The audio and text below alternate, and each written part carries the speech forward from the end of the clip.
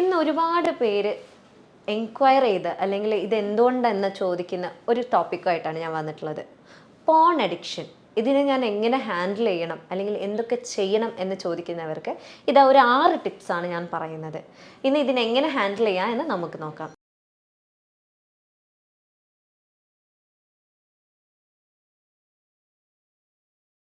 ഞാൻ doctor Hiba Abdul Majeed, doctor Basil's homeo hospital, Pandikkad, Malappuram ജില്ല. എൻ്റെ അടുത്ത് ക്ലിനിക്കിൽ ഒരുപാട് പേഷ്യൻസ് വരാറുണ്ട്, അല്ലെങ്കിൽ സ്ഥിരമായിട്ടൊരു എൻക്വയറി വരുന്ന ഒരു കാര്യമാണ്, ഡോക്ടറെ എനിക്ക് സ്വയംഭോഗം ഇല്ലാതെ ജീവിക്കാൻ പറ്റുമെന്ന് എനിക്ക് തോന്നുന്നില്ല, അല്ലെങ്കിൽ എനിക്ക് നിർത്തണം, പക്ഷെ ഇതിന് സാധിക്കുന്നില്ല. ഇതിന് വേണ്ടിയിട്ടുള്ള ഒരു 6 ടിപ്സുമായിട്ടാണ് ഞാൻ ഇന്ന് വന്നിട്ടുള്ളത്. അതേപോലെ ചില ആളുകൾ പറയാറുണ്ട്, ഡോക്ടറെ ഞാൻ ഒരേ സമയം 5ഉം 6ഉം തവണയൊക്കെ ചെയ്യാറുണ്ട്, എനിക്കതില്ലാതെ പറ്റുന്നില്ല, പക്ഷെ അത് കഴിഞ്ഞു കഴിഞ്ഞാൽ എനിക്ക് ഭയങ്കര ക്ഷീണമാണ്, ഒരു കാര്യത്തിലും കോൺസെൻട്രേഷൻ കിട്ടുന്നില്ല, എൻ്റെ ശരീരമൊക്കെ മെലിഞ്ഞു പോവാണ് എന്ന് പറയുന്നവരുണ്ട്. അപ്പോൾ ഇവർക്കുള്ള ഒരു 6 ടിപ്സുമായിട്ടാണ് ഞാൻ വന്നിട്ടുള്ളത്. ചില ആളുകൾ വേറെ പറയാറുണ്ട്, ഡോക്ടറെ എനിക്ക് നോർമൽ സെക്സിനോടൊന്നും വലിയ താല്പര്യം തോന്നാറില്ല, പക്ഷെ എനിക്ക് സ്വയംഭോഗം ഇല്ല എന്നാണെങ്കിൽ എനിക്ക് അന്നത്തെ ദിവസം കടന്നു പോകാൻ സാധിക്കുന്നില്ല.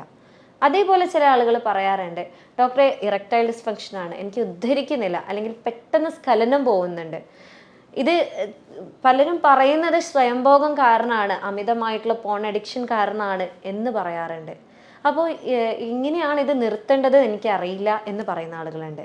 ഇവർക്കുള്ള ഒരു 6 ടിപ്സുമായിട്ടാണ് ഈ വീഡിയോ എന്നിട്ടുള്ളത്. മറ്റു ചിലരുണ്ട്, ഡോക്ടറെ എനിക്ക് എൻ്റെ ഭാര്യയോട് താല്പര്യം തോന്നാറേയില്ല, എന്താണെന്നറിയില്ല, എനിക്ക് അവളെ കണ്ടു കഴിഞ്ഞാൽ എനിക്ക് ഒരിക്കലും ഉദ്ധാരണം വരാറില്ല, പക്ഷേ ഞാൻ എന്തെങ്കിലും വീഡിയോ കാണുകയാണ് അല്ലെങ്കിൽ ഒരു ഓഡിയോ കേൾക്കുകയാണ് എന്നുണ്ടെങ്കിൽ ഞാൻ റെഡിയാണ്, എപ്പോഴും സ്റ്റഡി ആയിട്ട് നിൽക്കാൻ എനിക്ക് ഓക്കെയാണ്. ഇവർക്കുള്ള ഒരു 6 ടിപ്സുമായിട്ടാണ് ഈ വീഡിയോ ഉള്ളത്. മറ്റു ചിലർ പറയാറുണ്ട്, ഡോക്ടറെ എനിക്ക് പോൺ അഡിക്ഷൻ നന്നായിട്ടുള്ള ആളാണ്, ഞാൻ നന്നായിട്ട് മാസ്റ്റർബേറ്റ് ചെയ്യുന്ന ആളാണ്, എൻ്റെ ഒരു പ്രശ്നം എന്താണെന്ന് വെച്ചാൽ എനിക്കൊരു കുട്ടിയുടെ മുഖത്ത്, ഒരു പെൺകുട്ടിയുടെ മുഖത്ത് നോക്കാൻ ഭയങ്കര പേടിയാണ്, അല്ലെങ്കിൽ അവരെ ഫേസ് ചെയ്യാൻ, എൻ്റെ ക്ലാസ്സിലുള്ള ആളുകളെ കാണാൻ, എൻ്റെ കൊളീഗ്സിനെ നോക്കാനൊക്കെ പേടിയാണ്, കാരണം അവരുമായിട്ട് എനിക്ക് എന്തെങ്കിലും സെക്ഷൽ ഫീലിങ്സ് വരുമോ എന്നുള്ള പേടി, ആ ഒരു അത്രയും വേർജിലാണ് ഞാൻ നിൽക്കുന്നത്, ആരെ കണ്ടാലും എനിക്ക് അങ്ങനെ ഒരു ഫീലിംഗ് വരുന്നുണ്ട്, അതെനിക്കറിയാം ഞാൻ ഈ പോൺ അഡിക്ഷൻ കാരണമാണ്, പക്ഷേ എനിക്കിത് നിർത്താൻ സാധിക്കുന്നില്ല എന്ന് പറയുന്നവർ ഒരുപാട് പേരുണ്ട്. ഇവർക്കുള്ള ഒരു 6 ടിപ്സുമായിട്ടാണ് ഈ വീഡിയോ വന്നിട്ടുള്ളത്. ഒരു വിഭാഗം ആളുകൾ പറയാറുണ്ട്, മാസ്റ്റർബേഷൻ എന്താ ചെയ്തതുകൊണ്ടൊരു പ്രശ്നം, സ്വയംഭോഗം ചെയ്യണം എന്നല്ലേ പറയുന്നത്, പഠനങ്ങളൊക്കെ എത്രങ്ങാനും പഠനങ്ങളുള്ളത്, ഇത് നല്ലതാണ്, ഇങ്ങനെ ചെയ്യണം, ഇത് ചെയ്തില്ലെങ്കിൽ നിങ്ങൾക്ക് പ്രോസ്റ്റേറ്റ് ക്യാൻസർ വരും, അങ്ങനെ വരും, ഇങ്ങനെ വരും എന്നൊക്കെ പറയുന്ന ഒരു വിഭാഗം ആളുകളുണ്ട്. ഇപ്പം നമ്മൾ ക്ലിനിക്കൽ എക്സ്പീരിയൻസിൽ തന്നെ നമ്മൾ പറയുമ്പോൾ പ്രീമച്ചർ എജാക്കുലേഷനൊക്കെ ഉള്ള ആളുകളാണ്, അല്ലെങ്കിൽ ഈ പറഞ്ഞ എന്താണ് ED, അതായത് ഇറക്ടൈൽ ഡിസ്ഫങ്ഷൻ, ഉദാഹരണക്കുറവൊക്കെ ഉള്ള ആളുകളാണ് എന്നുണ്ടെങ്കിൽ സ്വയംഭോഗം നിർത്തണം എന്ന് പറയുമ്പോൾ അവർ പറയുന്നൊരു കാര്യമാണ്, ഡോക്ടർ ഇത് ചെയ്യാതെ ഇരുന്ന് കഴിഞ്ഞാൽ പ്രശ്നമല്ലേ, അങ്ങനെയാണ് പല വീഡിയോസും ഞാൻ കണ്ടിട്ടുള്ളത് എന്നുള്ളത്. ശരിയാണ്, ചെയ്യുന്നത് നല്ലതാണ്, ഒരുപാട് പഠനങ്ങൾ പറഞ്ഞിട്ടുണ്ട് ചെയ്യുന്നത് നല്ലതാണ്. അതായത് നിങ്ങൾക്ക് നല്ല ഉറക്കം കിട്ടും, നല്ല സെക്സ് ഡ്രൈവ് ഉണ്ടാവും, അതേപോലെ നിങ്ങൾ സ്ട്രെസ്ഫുൾ ആയിട്ടുള്ള ഒരാളാണെന്നുണ്ടെങ്കിൽ നിങ്ങളെ റിലാക്സ് ചെയ്യാൻ സഹായിക്കും, അതേപോലെ പ്രോസ്റ്റേറ്റ് ക്യാൻസറിൻ്റെ ചാൻസസ് വളരെ കുറവാണ്, അതേപോലെ നിങ്ങളുടെ മൂഡ് എൻഹാൻസ് ചെയ്യുന്നത് ഒരു പ്രക്രിയയാണ്. നിങ്ങൾക്ക് പെയിൻഫുൾ ആയിട്ടുള്ള സാഹചര്യങ്ങൾ, അതായത് നിങ്ങളുടെ ശരീരത്തിൽ എവിടെയെങ്കിലും പെയിൻ ഉണ്ടെങ്കിൽ പെയിൻ റിലീവ് ചെയ്യാൻ, അല്ലെങ്കിൽ വേദന കുറയ്ക്കാൻ, വേദന സംഹാരിയായിട്ട് ചിലപ്പം അത് പ്രവർത്തിക്കാറുണ്ട് എന്നൊക്കെ പഠനങ്ങൾ പറയുന്നുണ്ടെങ്കിൽ പോലും പ്രത്യേകമായിട്ട് പറയാനുള്ളത് ഇതിൻ്റെ അളവ് എത്രയാണെന്ന് ഇതുവരെ കണ്ടെത്താൻ സാധിച്ചിട്ടില്ല. ഇപ്പോൾ ഉദാഹരണം പറയുകയാണെങ്കിൽ ചില പഠനങ്ങൾ പറയുന്നുണ്ട് റെഡ് വൈന് നമ്മളെ ഹൃദയത്തിന് നല്ലതാണ് എന്നുള്ളത്. മദ്യപാനികൾ എന്നും പറയുന്ന ഒരു കാര്യമാണ്, അല്ലെങ്കിൽ ഇടയ്ക്കിടയ്ക്ക് മദ്യം കുടിക്കുന്ന ഒരാൾ എന്നും പറയുന്ന ഒരു എക്സ്ക്യൂസാണ്, വൈന് കുടിക്കുന്ന നല്ലതല്ലേ ഡോക്ടറെ, അത് ഓൾറെഡി പഠനങ്ങൾ പറഞ്ഞതാണല്ലോ എന്നുള്ളത്. ശരിയാണ്, പക്ഷെ അതിൻ്റെ അളവ് എത്രയാണെന്ന് ഇതുവരെ കണ്ടെത്താൻ സാധിച്ചിട്ടില്ല എന്നുള്ളതാണ്.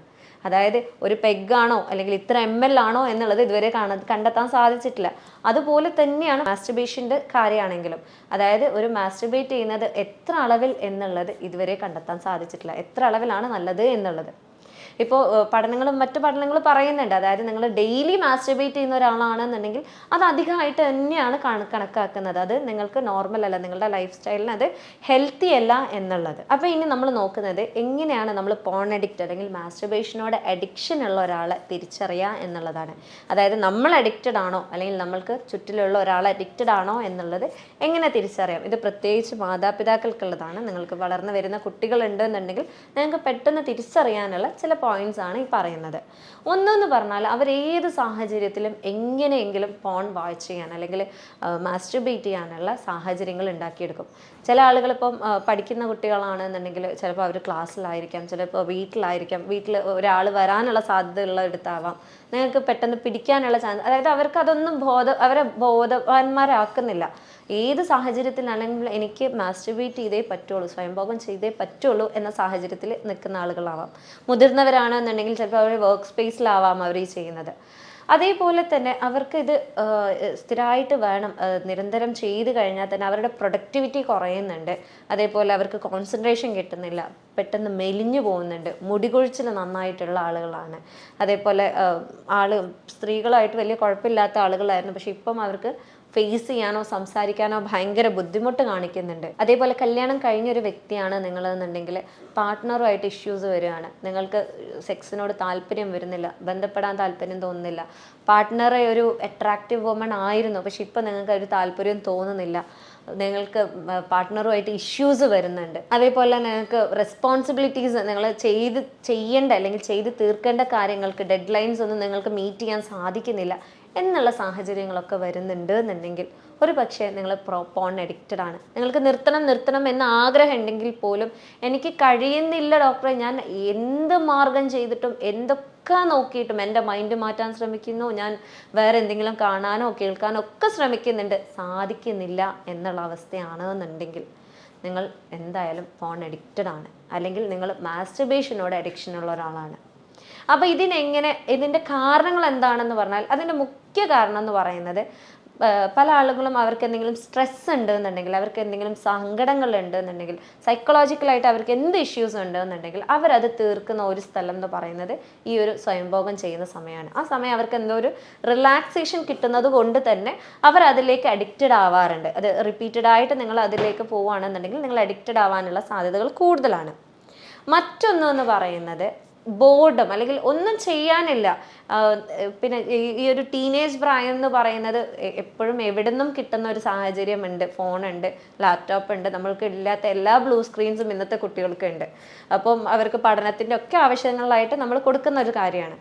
അപ്പോൾ ഇതിന് അവർക്ക് ചിലപ്പം ആരെങ്കിലും അയച്ചു കൊടുത്തതാം, കൗതുകത്തിൻ്റെ പുറമെ ആയിരിക്കും ഇവർ ആദ്യം കാണാൻ ഇത് തുടങ്ങുന്നത്. പക്ഷെ പിന്നീട് അതിൽ അവർക്കത് ഹരം തോന്നുകയും ഇത് റിപ്പീറ്റഡ് ആയിട്ട് കാണുകയും ചെയ്യുക. അതേപോലെ പുറത്ത് പോയി കളിക്കുന്ന ഒരു സാഹചര്യം ഇന്ന് വളരെ കുറവാണ്. അപ്പം ബോറടിക്കുമ്പം എന്തെങ്കിലും ചെയ്യാൻ വേണ്ടിയിട്ട് തുടങ്ങുന്ന ഒരു ഹോബി ആയിട്ട് മാറുകയാണ് പലപ്പോഴും മാസ്റ്റർബേഷൻ, അല്ലെങ്കിൽ സ്വയംഭോഗം ചെയ്യുക, അല്ലെങ്കിൽ പോൺ കണ്ടിട്ട് ഒരു ആനന്ദം കണ്ടെത്തുക എന്നുള്ളത്.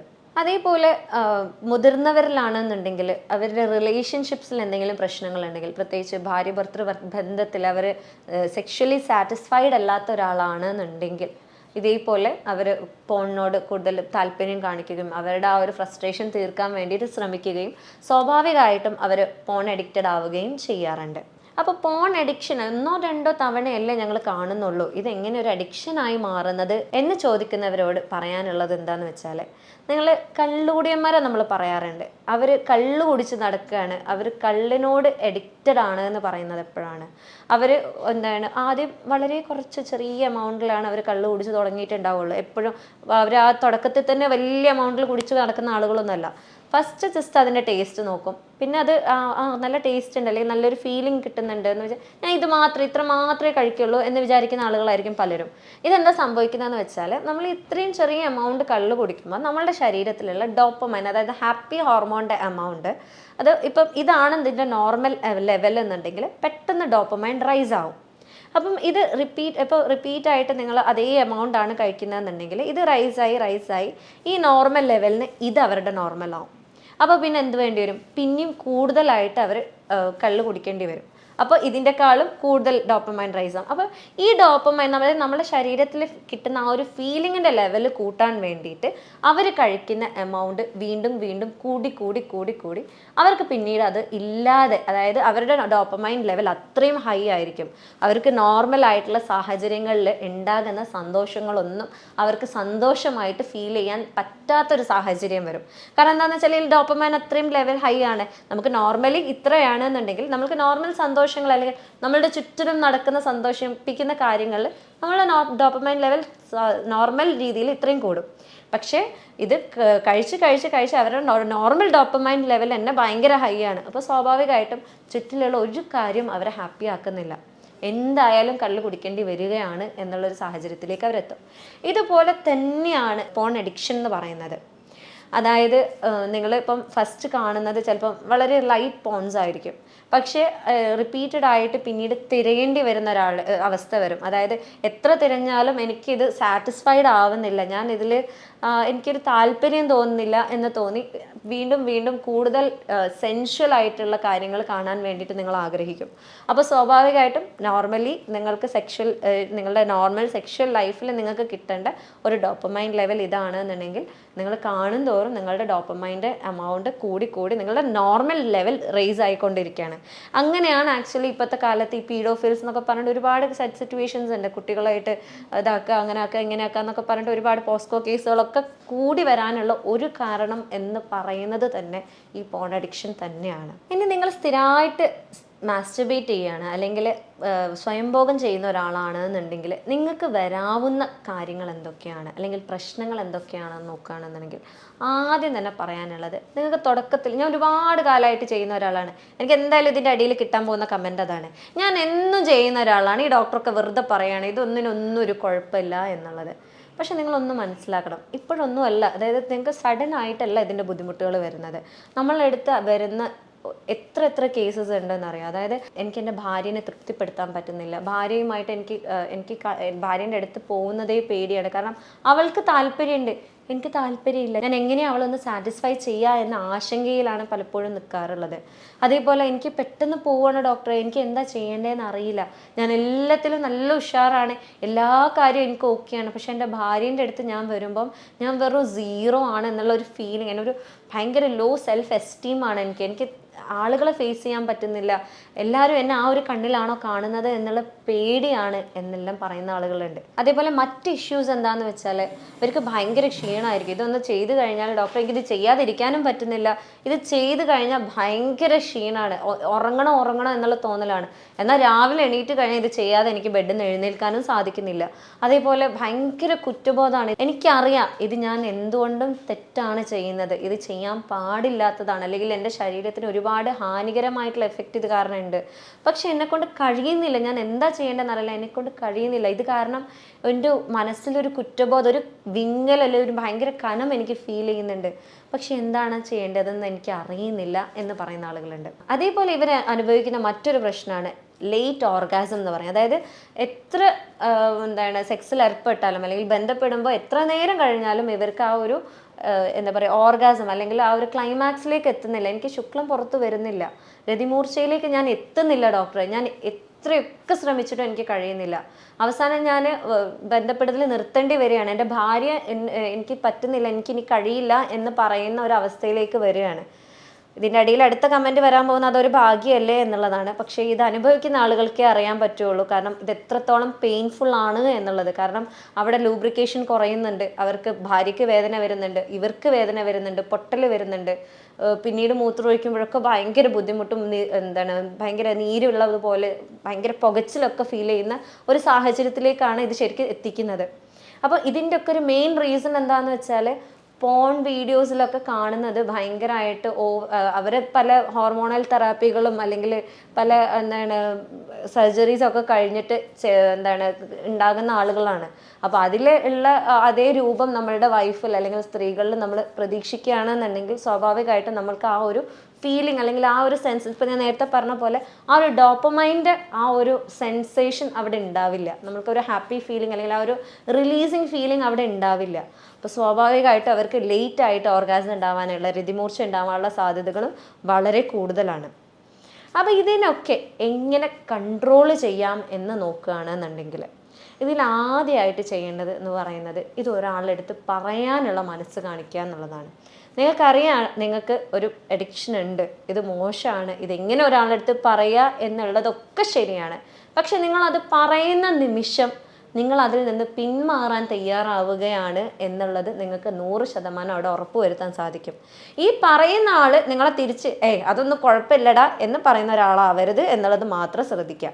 അതായത് നിങ്ങളുടെ നന്മ മാത്രം പ്രതീക്ഷിച്ച് നിങ്ങളോട് പറയുകയാണ്, ഓക്കെ ഫൈൻ, ഞാൻ നിന്നെ ഹെൽപ്പ് ചെയ്യാം, ഞാൻ നിന്നെ മോണിറ്റർ ചെയ്യാൻ സഹായിക്കാം എന്ന് പറയുന്ന ഒരു വ്യക്തിയുടെ അടുത്ത് വേണം ഈ കാര്യം പറയാനും. അപ്പോൾ ഇതിൽ എന്താ വേണ്ടതെന്ന് വെച്ചാൽ, നിങ്ങൾക്ക് ഒന്നെന്ന് പറഞ്ഞാൽ നിങ്ങളുടെ സൈറ്റിൽ അല്ലെങ്കിൽ നിങ്ങളുടെ ഫോണിൽ അല്ലെങ്കിൽ നിങ്ങൾ എങ്ങനെയാണോ ഈ ഫോണിനോട് അഡിക്ഷൻ വരുന്നത് അല്ലെങ്കിൽ നിങ്ങൾ കാണാൻ പറ്റുന്ന ഒരു സാഹചര്യം വരുന്നത്, അത് എല്ലാം ഇല്ലാതെയാക്കുക എന്നുള്ളതാണ്. ഇപ്പം അങ്ങനത്തെ ഗ്രൂപ്പുകളുണ്ട്, വാട്സപ്പിലും ടെലിഗ്രാമിലൊക്കെ ഇഷ്ടം പോലെ നമ്മൾക്ക് കിട്ടാവുന്ന സാഹചര്യമുള്ള ഒരു കാലഘട്ടമാണ് ഇപ്പം. അപ്പം അങ്ങനത്തെ ഗ്രൂപ്പുകൾ ഉണ്ടെന്നുണ്ടെങ്കിൽ, അങ്ങനത്തെ ഫ്രണ്ട്സ് ഉണ്ടെന്നുണ്ടെങ്കിൽ ഫസ്റ്റ് അവരെ ബ്ലോക്ക് ചെയ്യുക എന്നുള്ളതാണ് ആദ്യം ചെയ്യേണ്ടത്. അതായത് ഇങ്ങനെ ഒരു സാഹചര്യത്തിലേക്ക് ഒരു ട്രിഗറായിട്ട് നമ്മൾ ഓൾറെഡി ഇവിടെ പിടിച്ചു നിൽക്കുകയാണ്. അപ്പോൾ അതിൻ്റെ ഇടയിൽ ഒരാൾ ഇങ്ങോട്ടേക്ക് എന്നാ മോനെ കണ്ടോ എന്ന് പറയുന്ന ഒരാൾ നിങ്ങളുടെ ലൈഫിൽ ഉണ്ടാവരുത് എന്നുള്ളത് നിങ്ങൾ ഉറപ്പുവരുത്തുക. അതേപോലെ മറ്റൊന്നെന്ന് പറയുന്നത്, നിങ്ങൾക്ക് ഇപ്പം ഇത് ചെയ്യാൻ പറ്റുന്നില്ല, ഇപ്പോൾ നിങ്ങൾക്ക് ചില ആപ്സ് ഉണ്ട്, നിങ്ങൾക്ക് ഇത് ബ്ലോക്ക് ചെയ്യാൻ പറ്റുന്ന ചില സൈറ്റ്സ് ഒക്കെ. ഇപ്പം ഏത് സൈറ്റിൽ നിന്നാണോ നിങ്ങൾ കാണുന്നത് ആ സൈറ്റിനെ പിടിച്ച് ബ്ലോക്ക് ചെയ്യാനുള്ള ഒരുപാട് ആപ്ലിക്കേഷൻസ് ഉണ്ട് ഇപ്പോഴത്തെ കാലഘട്ടത്തിൽ. അപ്പോൾ അങ്ങനത്തെ ആപ്ലിക്കേഷൻസിൽ ചിലതിൽ നമുക്ക് ഈ ഒരു പെർട്ടിക്കുലർ പേഴ്സണിനെ ആഡ് ചെയ്യാൻ പറ്റും. അതായത് ഇപ്പം നമ്മൾ ആപ്ലിക്കേഷൻസ് ഇൻസ്റ്റാൾ ചെയ്താലും നമുക്ക് ആ ആപ്ലിക്കേഷൻസിനെ എടുത്ത് ഒഴിവാക്കാനുള്ള സാഹചര്യങ്ങളുണ്ട്. പക്ഷെ ചില ആപ്ലിക്കേഷൻസിൽ ഈ ഒരു ഫ്രണ്ടിൻ്റെ സഹായത്തോടു കൂടി അല്ലെങ്കിൽ നിങ്ങൾ ആരോടാണോ പറഞ്ഞത് ആ ഒരു വ്യക്തി വിചാരിക്കാതെ നിങ്ങൾക്ക് ഈ ആപ്പ് അൺഇൻസ്റ്റാൾ ചെയ്യാൻ സാധിക്കില്ല. അങ്ങനത്തെ ആപ്ലിക്കേഷൻസ് ഇന്നത്തെ കാലഘട്ടത്തിൽ അവൈലബിൾ ആണ്. അപ്പോൾ അത് ആദ്യം തന്നെ യൂസ് ചെയ്യുക എന്നുള്ളതാണ് ആദ്യമായിട്ട് പറയാനുള്ളത്. രണ്ടാമതായിട്ട് പറയാനുള്ളത് എന്താണെന്ന് വെച്ചാൽ, നിങ്ങൾ ബോർഡം അല്ലെങ്കിൽ നിങ്ങൾ ബോറടിച്ചിട്ടാണ്, ഒന്നും ചെയ്യാനില്ലാത്തത് കൊണ്ടാണ് ഈ ഒരു സാഹചര്യത്തിലേക്ക് എത്തിയത് എന്നുണ്ടെങ്കിൽ നിങ്ങൾ നിർബന്ധമായിട്ടും ചെയ്യേണ്ടത് നിങ്ങൾ എന്തെങ്കിലും പുതിയൊരു ഹോബി കണ്ടെത്തുക എന്നുള്ളതാണ്. നിങ്ങളെ താല്പര്യപ്പെടുത്തുന്ന തൃപ്തിപ്പെടുത്തുന്ന എന്തെങ്കിലും ഹോബി ആയാലും കുഴപ്പമില്ല. പിന്നെ പ്രത്യേകമായിട്ട് പറയാനുള്ളത് പ്രവാസികളോടാണ്. അവരെന്നും പറയുന്ന ഒരു കാര്യമാണ്, ഡോക്ടറെ ഞങ്ങൾ ഭാര്യമാരൊന്നും ഇല്ലാതെ ഗൾഫിൽ കഴിയുന്നവരല്ലേ, അപ്പം ഞങ്ങൾക്കും ഇങ്ങനത്തെ ആനന്ദം ഇടയ്ക്കൊക്കെ വേണ്ടേ എന്നുള്ളത്. പക്ഷെ നിങ്ങളോട് ആദ്യം തന്നെ പറയാനുള്ളത്, പ്രവാസികളാണ്, നിങ്ങൾക്ക് ഇങ്ങനത്തെ ആനന്ദങ്ങളൊന്നും ഇല്ല എന്നെല്ലാം കണക്കിലെടുത്തുകൊണ്ട് തന്നെ പറയാണ്, ഇന്നത്തെ കാലത്ത് എനിക്ക് വന്ന ഏറ്റവും കൂടുതൽ പേഷ്യൻസ് പ്രവാസ ലോകത്ത് നിന്നാണ്. എനിക്ക് തോന്നുന്നത് എൻ്റെ ഒരു 75% പേഷ്യൻ്റ് ലിസ്റ്റ് എടുക്കുകയാണെന്നുണ്ടെങ്കിൽ ഇവരെല്ലാം പ്രവാസ ലോകത്തുള്ളവരാണ്. ഡോക്ടറെ എനിക്ക് തിരിച്ച് നാട്ടിലേക്ക് എത്തുമ്പം ഇങ്ങനെ പ്രശ്നങ്ങൾ വരികയാണ്, ഇങ്ങനെ ചെയ്യേണ്ടി വരികയാണ്, ഞാൻ എന്താ ചെയ്യേണ്ടേ എന്ന് ചോദിച്ചിട്ടാണ്. അപ്പോൾ ഇതിൻ്റെ ഒരു മെയിൻ കാരണം എന്ന് പറയുന്നത് തന്നെ ഫോൺ അഡിക്ഷൻ അല്ലെങ്കിൽ സ്വയംഭോഗം കാരണം തന്നെയാണ് എന്നുള്ളതാണ്. അപ്പം ഈ പ്രവാസ ലോകത്തുള്ളവരും അല്ലെങ്കിൽ എവിടെ ഉള്ളവരാണെങ്കിൽ പോലും നിങ്ങൾക്ക് ഇങ്ങനത്തെ ഫീലിങ്സ് വരുന്ന സമയത്ത് നിങ്ങളെ ഡിസ്ട്രാക്ട് ചെയ്യാൻ നിങ്ങൾ എന്തെങ്കിലും നിർബന്ധമായിട്ട് കണ്ടെത്തണം. അത് പ്രത്യേകിച്ച് ഒരു സ്പോർട്ടായിട്ട് അല്ലെങ്കിൽ നിങ്ങൾ ജിമ്മിലായിട്ട് അല്ലെങ്കിൽ എക്സസൈസ് ആയിട്ടാണ് നിങ്ങൾ ആ ഒരു എനർജീനെ കളയാൻ ശ്രമിക്കുന്നതെന്നുണ്ടെങ്കിൽ അത്രയും നല്ലത് എന്നുള്ളതാണ്. കാരണം അത്രയും നിങ്ങൾക്ക് ആ ഒരു സെക്ഷൽ ടെൻഷൻ അവിടെ ഇല്ലാതെയാവും. പിന്നെ ഒന്നാണ്, ഇതൊന്നും നടക്കുന്നില്ല, എന്നെക്കൊണ്ട് ഇതൊന്നും ചെയ്തിട്ടും പറ്റുന്നില്ല എന്നാണെന്നുണ്ടെങ്കിൽ നിർബന്ധമായിട്ടും ഒരു കൗൺസിലറിനെ, ഒരു സൈക്കോളജിസ്റ്റിനെ കാണുക എന്നുള്ളത്. കാരണം ചില സൈക്കോതെറാപ്പീസ് ചെയ്യുകയാണെന്നുണ്ടെങ്കിൽ നിങ്ങൾക്ക് ഒരു മെഡിക്കേഷൻ ഇല്ലാതെ തന്നെ നിങ്ങൾക്ക് ബാക്ക് ടു നോർമൽ ആകാൻ ഇത് ഹെൽപ്പ് ചെയ്യും. അതേപോലെ ഇനി ഇതൊന്നും നടക്കുന്നില്ല എന്നാണെങ്കിൽ കൺസൾട്ട് ഡോക്ടർ, ഒരു ഡോക്ടറെ കണ്ട് അവരെ കയ്യിൽ നിന്ന് മെഡിസിൻ എടുത്തിട്ടെങ്കിലും ഇതിൽ നിന്ന് പിന്മാറാൻ നിങ്ങൾ ശ്രമിക്കണം എന്നുള്ളതാണ്. ഇത് ഇനിയിപ്പോൾ ഇതൊക്കെ കണ്ടു കഴിഞ്ഞിട്ട് എനിക്ക് അടുത്ത കമൻറ്റ് വരാൻ പോകുന്നത്, ഓ ഡോക്ടർ ഇതൊന്നും കാണാത്ത ആളാണല്ലോ, നിങ്ങൾ ഇതൊന്നും കണ്ടിട്ടില്ലാത്ത ആൾക്കാരാണല്ലോ എന്നുള്ളതാണ്. പക്ഷെ നിങ്ങളോട് പറയാനുള്ളത്, നിങ്ങൾ ബാക്കിയുള്ളവരെ ജഡ്ജ് ചെയ്യുന്നതിൻ്റെ മുന്നേ എനിക്കിതുകൊണ്ട് എന്തെങ്കിലും ബുദ്ധിമുട്ടുണ്ടോ എന്നുള്ളത് ആദ്യം നോക്കുക എന്നുള്ളതാണ്. അല്ലെങ്കിൽ എനിക്ക് ഭാവിയിൽ ഇത്തരത്തിലൊരു ബുദ്ധിമുട്ട് വന്നു കഴിഞ്ഞാൽ ഞാൻ വീണ്ടും ഒരു ഡോക്ടറെ അടുത്തേക്ക് ഓടേണ്ടി വരുമോ എന്നുള്ള കാര്യങ്ങളാണ്. സോ വീണ്ടും ഇതുപോലെയുള്ള ഹെൽത്ത് വീഡിയോസുമായി ഇനിയും കാണാം. Good bye.